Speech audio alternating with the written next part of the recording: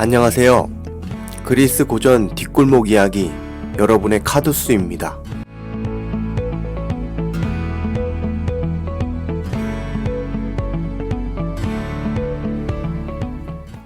오늘부터 여러분과 천천히 그리고 재미있게 그리스 고전 이야기를 나눠보려 합니다. 저는 고전을 전공한 사람도 아니고 작가도 아닙니다. 그냥 오랫동안 틈틈이 그리스 고전을 읽어온 사람입니다. 주변에 이런 이야기를 편하게 나눌 사람이 없어서 결국 마이크 앞에 앉게 되었습니다. 그러니까 오늘부터 여러분들이 저의 첫 청취자이자 첫 친구들입니다. 기억은 좀 흐리지만 2011년쯤 병원에 입원했을 때였습니다. 친구가 책을 3권 가져왔었는데 그 중에 일본 전산이라는 책이 있었습니다. 책과는 거리가 멀었던 제가 입원 중에 그 일본 전산이라는 책을 완독했던 것입니다. 그리고 나서 퇴원을 해서 서점에 들렸는데 리딩으로 리드하라를 보게 되었고 그때 처음 세인트 존스 대학이라는 곳을 알게 되었습니다. 그 순간 이후로 저는 그리스 고전이라는 세계에 서서히 발을 들이게 되었죠. 저도 처음엔 일리아스를 펼쳤지만 읽어도 도무지 무슨 말인지 모르겠더군요. 한글인데 한글이 아닌 것 같았습니다. 그래서 책을 덮고 폈다가 또 덮고 아마 수십 번은 그랬을 것입니다. 그러던 어느 날 펜을 들고 무작정 필사를 하기 시작했습니다. 그냥 무작정 베꼈습니다. 그리고 노트에 이렇게 적었습니다. 왜 그랬을까? 왜 이런 일이 일어난 거지? 왜 아킬레우스는 분노를 하게 된 거지? 그때 처음 알았습니다. 책을 읽는 것이 아니라 질문하는 것이라는 걸요. 그렇게 한 장, 2장 넘어가면서 저의 그리스 고전 여행이 시작되었습니다. 제가 이 팟캐스트를 통해 여러분께 드리고 싶은 메시지는 단 하나입니다. 여러분들도 언젠가 직접 책을 펼치게 하는 것이요. 그게 전부입니다. 요즘 세상은 굳이 책을 읽지 않아도 됩니다. 유튜브만 터치해도 정보가 넘쳐나죠. 하지만 저는 조금 느리고 조금 돌아가는 길을 여러분께 열어드리고 싶습니다. 먼저 재미를 느끼시고 그 다음에 책을 열게 되는 길. 이 팟캐스트가 그 중간다리가 되었으면 좋겠습니다.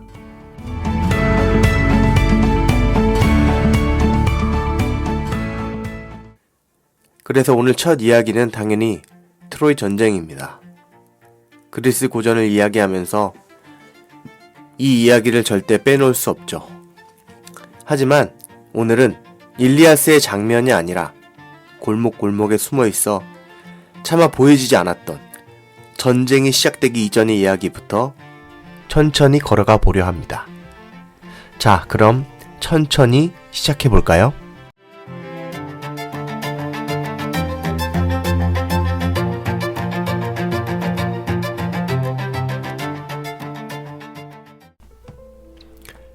그리스 고전 곳곳에는 3가지가 끊임없이 등장합니다. 꿈, 예언, 그리고 운명. 인간은 결코 벗어날 수 없고 보이지 않지만 피할 수도 없는 것들. 바로 이 3가지죠. 신화 속 이야기들은 이 보이지 않는 힘에 의해 끝없는 도로 위를 달리는 비극의 마차와도 같기도 합니다. 여기 꿈, 예언, 운명이 정확히 들어맞는 한 이야기가 있습니다.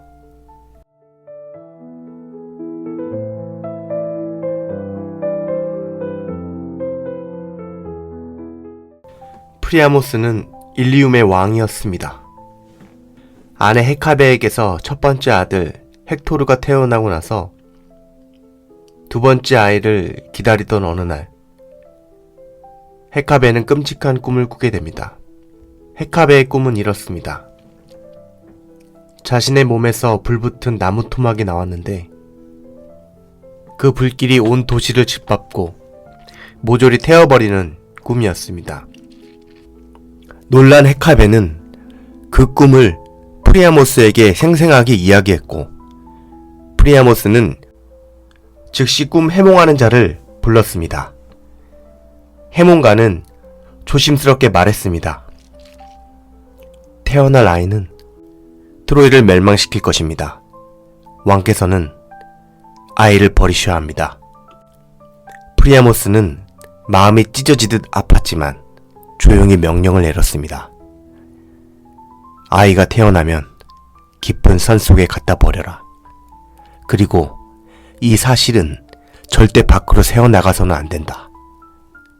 아이는 태어났고 명령대로 깊은 산 속에 버려졌습니다. 하지만 그 아이는 죽지 않았습니다. 하루, 이틀, 그리고 닷새.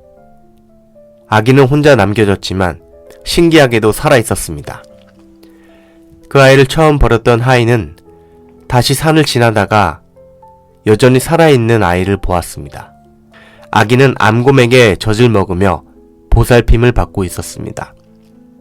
하인은 그런 아이를 보고 신의 뜻이라 생각했습니다. 조용히 아기를 품에 안고 집으로 돌아왔고 자신의 자식처럼 기르기로 결심했습니다. 그리고 아이에게 이름을 지어주었습니다. 파리스라고.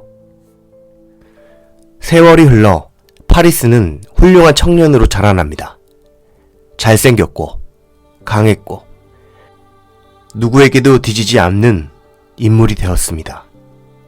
외모와 체력을 겸비한 멋진 사내로 성장한 파리스. 그런데 그는 아직 자기의 운명을 모른 채 목동으로 살아가고 있었습니다. 그러던 어느 날 트로이에서는 큰 경기가 열립니다. 이 경기는 잃어버린 왕자를 기리는 추모 경기였습니다.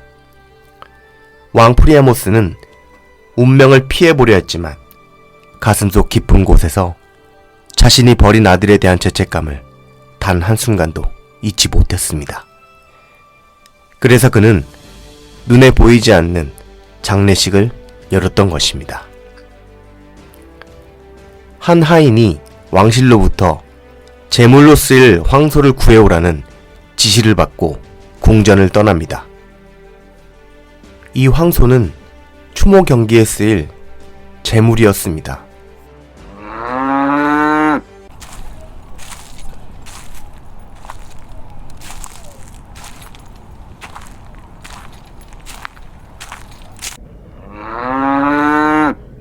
어디선가 소의 울음소리가 들리자 하인은 걸음을 멈춥니다. 무슨 일입니까? 거기 사람이 있었구만. 하인이 소리나는 쪽으로 걸어가자 파리스가 서 있었고 황소는 이미 줄에 매어져 있었습니다. 자네가 이 황소를 지키는 목동인가? 그렇습니다. 제물로 쓸 황소를 데리러 오신 분이군요. 여기 다 준비를 해 놓았습니다. 아이고, 젊은 친구가 아주 친절하구만. 그리고 잠시 파리스를 바라보다가 자, 보자. 몸집이 예사롭지가 않네? 좋아, 아주. 자네, 나를 따라 함께 내려가 보지 않겠나? 오늘 궁 안에서 경기가 열린다네. 누구나 볼 수도 있고 참가도 할 수 있다네. 겸사겸사 궁 구경도 할 겸 함께 내려가 보지 않겠나? 파리스는 황소를 쓰다듬으면서 대답합니다. 제가 따라 내려가도 괜찮습니까? 물론이지. 자네 덕분에 일이 수월해졌으니 말일세. 그럼 겉옷만 걸치고 바로 따라 나서겠습니다. 좋네. 서두를 필요 없어.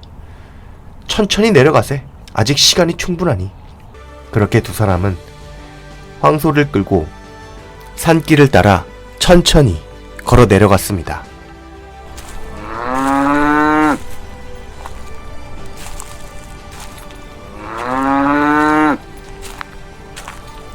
그리고 그는 아무도 모르게 경기에 출전하게 됩니다. 트로이의 왕자들이 힘을 겨루고 빠르고 강하고 누구도 쉽게 이길 수 없는 무대. 그런데 정체 모를 목동이 등장해 모든 형제들을 단숨에 이겨버리면서 그렇게 경기는 끝났습니다. 이름도 모르는 목동 하나가 트로이의 왕자들을 모두 꺾고 승리를 차지한 것입니다.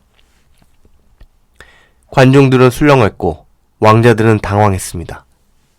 그 중에서도 가장 자존심의 상처를 입은 이는 파리스에게 패배한 형제 데이포보스였습니다. 사람들이 함성을 지르며 파리스를 들어올리려는 순간 데이포보스의 눈빛이 서늘하게 가라앉았습니다. 그는 조용히 뒤로 물러나며 옷 속에 숨겨두었던 칼을 꺼내 들었습니다. 칼이 햇빛을 받아 작게 번쩍였습니다. 데이포보스는 천천히 사람들 틈을 비집고 파리스를 향해 다가갑니다. 한 걸음, 또 한 걸음. 사람들은 환호에 취해 그를 보지 못합니다. 파리스가 승리의 여운을 느끼며 숨을 고르고 있었을 때 데이포보스가 옷 속에 숨겨두었던 칼을 꺼내 들고 파리스의 옆구리를 찌르려는 순간 공기를 찢는 목소리가 경기장을 갈랐습니다. 그 목소리는 프리아모스의 딸 카산드라였습니다. 카산드라는 그 파리스를 보고 오빠라고 외쳤습니다. 카산드라는 그 사람을 해치지 말라고, 그 사람은 우리의 가족이라고. 프리아모스는 깜짝 놀라 데이포보스를 향해 당장 그 칼을 거두라고 고함쳤습니다. 그 소리를 듣고 데이포보스는 멈칫했고 경비들이 달려가 그의 팔을 붙잡았습니다. 칼은 바닥에 떨어졌고 프리아모스는 우두커니 서 있는 자신의 두 번째 아들 파리스를 바라봅니다. 목동의 옷을 입었지만 어딘가 익숙한 얼굴, 왕족의 피를 느끼게 하는 눈빛. 그 순간 파리스의 목에 걸린 장신구가 빛을 받았습니다. 프리아모스는 눈치를 챘습니다. 저 목동이 자신의 아들이라는 것을. 그 순간 프리아모스는 아버지의 얼굴이 되었습니다. 작은 목소리로 죽은 줄 알았더니 신이시여 감사합니다. 군중들은 소리를 지르며 환호했고 왕비 헤카베의 눈에서는 눈물이 멈추지 않았습니다. 하지만 카산드라는 남들처럼 마냥 기뻐할 수가 없었습니다. 아무도 듣지 않는 작은 목소리로 그녀는 중얼거렸습니다. 지금의 이 환호가 웃을 수 있는 마지막 환호가 아닐까 라고 말이죠.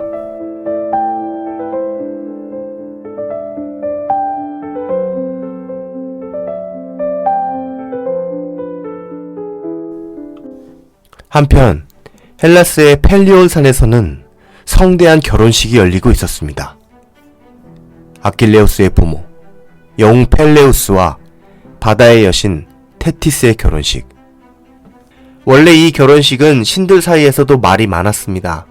왜냐하면 제우스와 포세이돈이 테티스와 결혼하고 싶어 서로 경쟁했었기 때문입니다. 하지만 테미스의 예언이 하나 떨어졌죠. 테티스가 낳은 아들은 언젠간 아버지보다 더 위대한 존재가 될 것이다. 제우스와 포세이돈은 그 말을 듣고 과거를 떠올립니다. 아버지를 몰아낸 아들, 그리고 그 아들을 무너뜨린 또 다른 아들. 신들의 세계는 늘 그렇게 세대가 바뀌어 왔으니까요. 역사는 반복되어서는 안 된다. 포세이돈과 제우스는 결심합니다.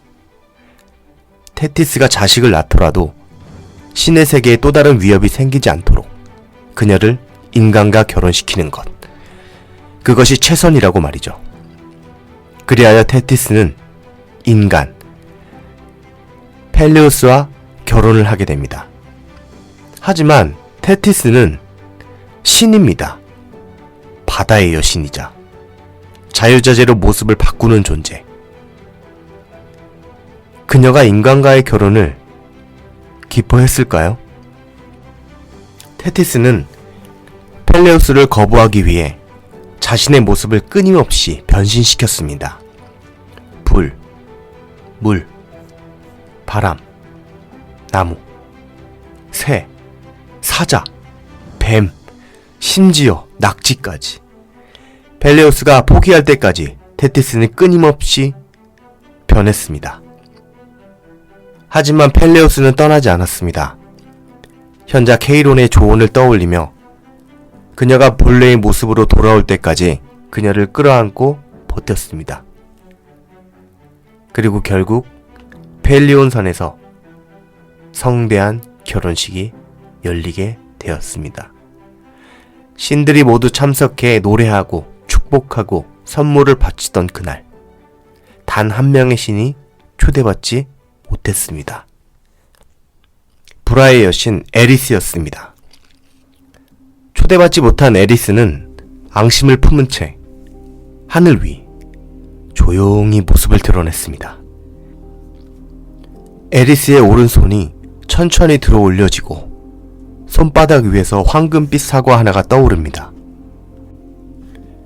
그녀는 단 한마디도 하지 않은 채 그 황금 사과를 결혼식장 한가운데로 던졌습니다. 그리고는 사라졌습니다. 남은 것은 조용히 반짝이는 황금 사과 하나. 그 위에는 한 문장이 적혀 있었습니다. 가장 아름다운 이에게. 순식간에 결혼식 전체가 얼어붙습니다. 자신이 그 사과의 주인이라고 믿는 새 여신이 서로 눈빛을 주고받습니다. 헤라, 아테네, 아프로디테. 제우스는 상황을 단번에 알아차립니다. 이대로 두면 결혼식장이 전쟁터가 되어버리겠군. 제우스는 당장 새 여신을 자신의 힘으로 다른 곳으로 옮겨버립니다. 그녀들이 도착한 곳은 트로이아 근처에서 목동 생활을 하던 트로이아의 왕자 파리스가 있는 곳이었습니다. 제우스는 파리스에게 속삭입니다. 이 사과를 네가 가장 아름답다고 생각하는 여신에게 주어라. 파리스는 그 속삭임에 당황합니다. 그때 헤라가 먼저 다가옵니다. 그 사과를 나에게 줘. 그러면 너는 세상을 지배할 권력, 왕권을 갖게 될 것이다. 곧이어 아테네가 나섭니다. 나를 선택하라. 그러면 네가 참여하는 모든 전투에서 한 방울의 피도 흘리지 않고 승리할 것이야. 마지막으로 아프로디테가 부드럽게 말합니다. 나를 선택하면 세상에서 가장 아름다운 여인을 얻을 수 있어. 파리스는 그때 흔들립니다. 그리고 그 황금 사과를 아프로디테에게 건네줍니다. 그의 선택은 권력도 전쟁의 승리도 아니었습니다. 오직 가장 아름다운 여인을 향한 선택이었습니다. 파리스는 바로 스파르테로 향했고 메넬라우스의 환대를 받습니다. 하지만 왕이 잠시 장례식에 다녀온 사이 파리스는 헬레네를 설득해 트로이로 무작정 데려가 버립니다. 아내가 납치되었다는 소식을 들은 스파르테의 왕 메넬라우스. 분노한 그는 곧장 미케나이로 달려갑니다. 형이자 헬라스의 최강 아가멤논에게. 메넬라우스는 아가멤논에게 말했습니다. 헬레네가 트로이로 납치되었다고. 그리고 우리는 헬레네의 결혼 당시 이미 모든 왕들로부터 서약을 받지 않았느냐고. 칼과 방패를 들고 함께 싸우겠다고 약속하지 않았느냐고. 잠시 침묵하던 아가멤논. 그리고 그는 조용히 자리에서 일어납니다. 그리고 한마디 하죠. 전령을 불러라. 아가멤논은 명령합니다. 이번 일은 단지 한 사람의 여인을 데려간 문제가 아니다. 헬라스 전체에 대한 모욕이다. 칼을 들고 방패를 들고 함선을 모아 아울리스 항으로 집결하라. 곧바로 전령들이 달려나가고 각지의 왕국들로 뻗어나갑니다. 그런데 여기서 질문 하나가 생깁니다. 아가멤논은 어떻게 헬라스의 왕들을 강제로 소집할 수 있었을까요? 잠시 과거로 돌아가 보겠습니다. 과거 그녀가 결혼하기 전 헬레네의 구원자들이 맹세한 한 장의 서약 때문이었습니다.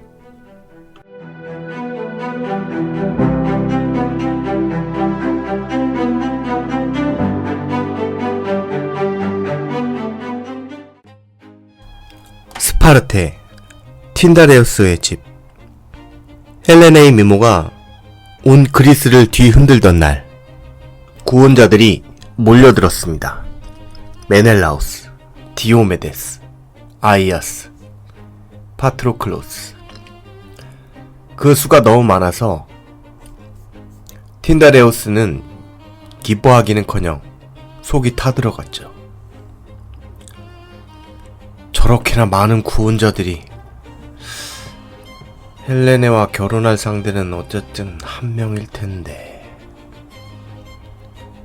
혈기왕성할 나이에 저러다 서로들 죽이겠다고 난리라도 치면 결혼을 없었던 일로 해야 되나.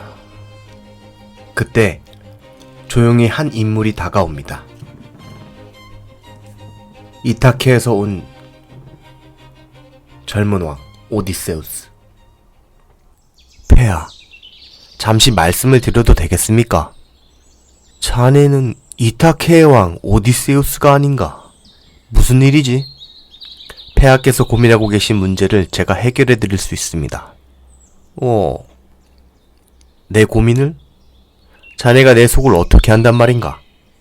폐하께서는 수많은 구원자들 중 한 사람을 택하면 선택받지 못한 자들이 원망하거나 반란을 일으킬까 두려워하고 계신 거 아닙니까? 아니, 자네가 어떻게 내 생각을 꿰뚫어보고 있는 거지? 그렇다면 젊은이, 내가 어떻게 하면 좋겠는가? 폐하, 그 전에 제가 한 가지 청이 있습니다. 폐하께서 약속을 해주신다면 모든 불화를 막을 수 있는 방법을 제가 알려드리겠습니다. 청이라. 역시 나에게 원하는 것이 있었군. 그래, 그 청이라는 게 무엇인가 한번 들어보지. 저는 이곳에 헬레네의 구원자로 온 것이 아닙니다. 사실 제가 결혼하고 싶은 여인이 따로 있습니다. 폐하께서 그 결혼을 도와주신다면 이번 문제를 완벽히 해결해드리겠습니다. 하하, 자네 보통 인물이 아니었구만. 그래, 그 여인이라는 게 누구인가? 내가 아는 사람인가? 제가 페넬로페와 결혼을 할 수 있도록 힘을 써주십시오. 페넬로페? 페넬로페구만. 좋아, 내 약속하지. 내가 이카리오스를 어떻게 해서든 설득해 보겠네. 자, 그럼 이 불화를 막을 수 있는 방법을 말해보게나.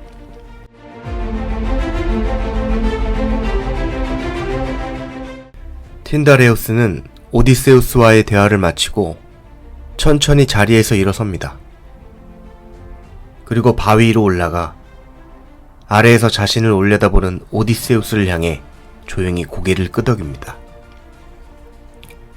그리고 잠시 후 모든 구원자들 앞에서 틴다레우스의 연설이 시작됩니다. 이렇게나 많은 헬라스의 영웅들이 한자리에 모이다니 네, 잠시 여러분들에게 할 말이 있어 이 자리에 섰소. 이제 여러분들에게 한 가지 맹세를 요구하오.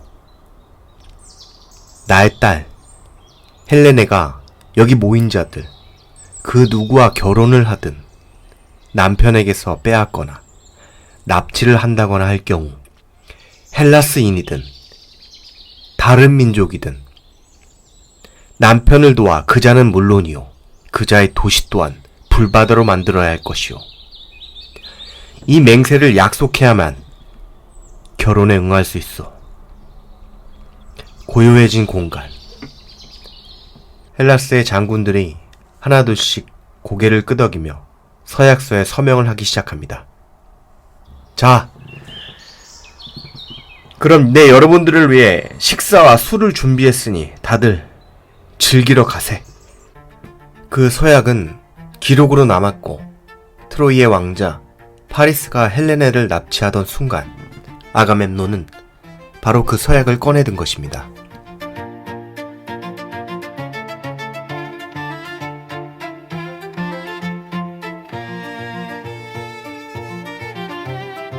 세상의 빛을 보기도 전에 죽음의 운명을 받아들여야만 했던 파리스.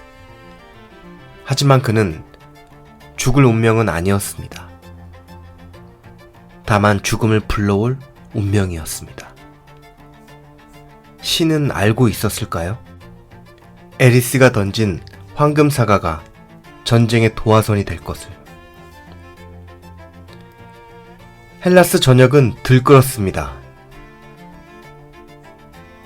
아가멤논의 전쟁이다 라는 외침에 영웅들의 피는 한층 더 뜨거워졌습니다. 하지만 그 열광의 한가운데서 유독 마음이 내키지 않는 한 사람이 있었습니다.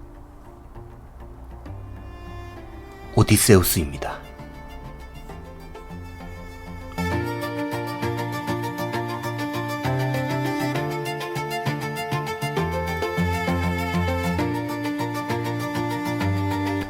함선을 이끌고 아울리스 항으로 집결하라는 소식을 팔라메데스가 전하러 왔습니다. 오디세우스! 이보게 자네! 오디세우스는 힐끔 고개를 돌렸습니다. 그리고 팔라메데스의 손에 편지 같은 종이가 들려있는 것을 보는 순간 마치 들은 적도 없다는 듯 고개를 돌려버렸습니다. 오디세우스는 그 종이가 무엇인지 그리고 그 종이가 자신에게 무엇을 요구하는지 이미 알고 있었습니다. 그때 그의 머릿속에는 아내 페넬로페와 갓 태어난 아이가 스쳐 지나갔습니다. 자신도 모르게 숨 대신 말을 내뱉고 말았습니다. 내가 그때 지금의 아내와 결혼하기 위해 그 어르신에게 조언했던 그 서약이 결국 나에게 돌아오다니. 오디세우스는 잠시 멍하니 하늘을 바라보았습니다. 햇빛이 강하게 내리쬐자 손으로 눈을 가렸고 천천히 소와 당나귀를 함께 쟁기에 묶기 시작했습니다. 정상적인 농부였다면 소 한 마리 아니면 당나귀 한 마리만 멍에에 메고 씨앗을 뿌렸을 것입니다. 그러나 오디세우스는 두 동물을 억지로 한 쟁기에 묶어 엉킨 밭고랑을 만들었습니다. 여기에 더불어 씨앗 대신 소금을 뿌리기 시작했습니다. 소가 오른쪽으로 가면 당나귀는 그 반대로 움직였고 밭은 엉망이 되었고 그리고 오디세우스는 계속해서 씨앗 대신 소금을 뿌렸습니다. 그 모습을 지켜본 팔라메데스가 말했습니다. 오디세우스, 자네 왜 그러는가? 지금 자네 행동이 정상적으로 보이지 않아. 그러나 오디세우스는 크지도 않고 그렇다고 작지도 않은 목소리로 같은 말을 반복했습니다. 안 돼. 갈 수 없어. 안 돼. 나는 그곳에 갈 수 없어. 말은 들렸지만 제대로 알아듣기 어려운 중얼거림이었습니다. 팔라메데스는 오디세우스의 진심을 확인하기 위해 어린 텔레마코스를 데려와 쟁기 앞에 내려놓았습니다. 서로 반대 방향으로 움직이는 소와 당나귀 때문에 쟁기가 크게 흔들렸고 아이의 발끝 가까이까지 쟁기의 날이 스쳤습니다. 그 순간 오디세우스의 정신이 번쩍 들었습니다. 그는 아이를 번개처럼 들어올리며 쟁기를 멈췄습니다. 잠시의 정적 끝에 오디세우스는 팔라메데스를 바라보며 이렇게 말했습니다. 알겠소. 내 잠시 아내에게 할 말이 있으니 시간을 좀 주시게. 곧바로 떠날 채비를 하겠네.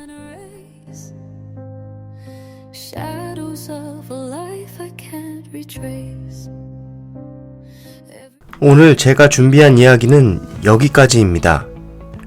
트로이아의 한 아이의 탄생이 엄청난 비극으로 이어질 줄은 아무도 몰랐습니다. 가장 아름다운 이에게 이 단 한 줄의 문장이 헬라스 전역의 군대를 움직이게 될 줄은 누가 상상했을까요? 그리고 하나의 서약, 그 서약이 10년이라는 전쟁을 만들어낼 줄을 신은 알고 있었을까요? 일리아스, 그 거대한 전쟁 서사시가 시작되기 전에 이렇게 많은 이야기들이 곳곳에 숨어 있었습니다. 여러분, 어떠셨나요? 첫 회차라 부족한 부분도 있었겠지만 앞으로 회차가 거듭될수록 더 단단하고 더 풍성한 이야기를 들려드리겠습니다. 지금까지 들어주셔서 감사합니다. 다음 시간에는 또 새로운 그리스 고전 이야기로 찾아뵙겠습니다. 여기는 고전 팟캐스트 카두스였습니다.